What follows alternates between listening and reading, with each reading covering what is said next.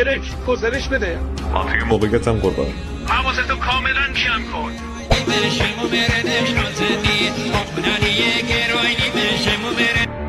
گلزار موقعیت امنه؟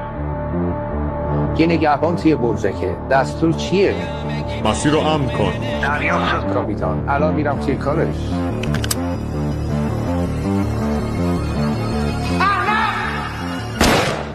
موقعیت امن کاپیتان، میتونید برید.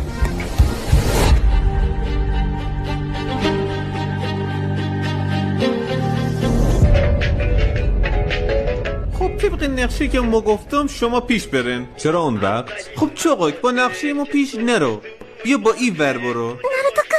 کی رخایی؟ میگه بندری دوست داره.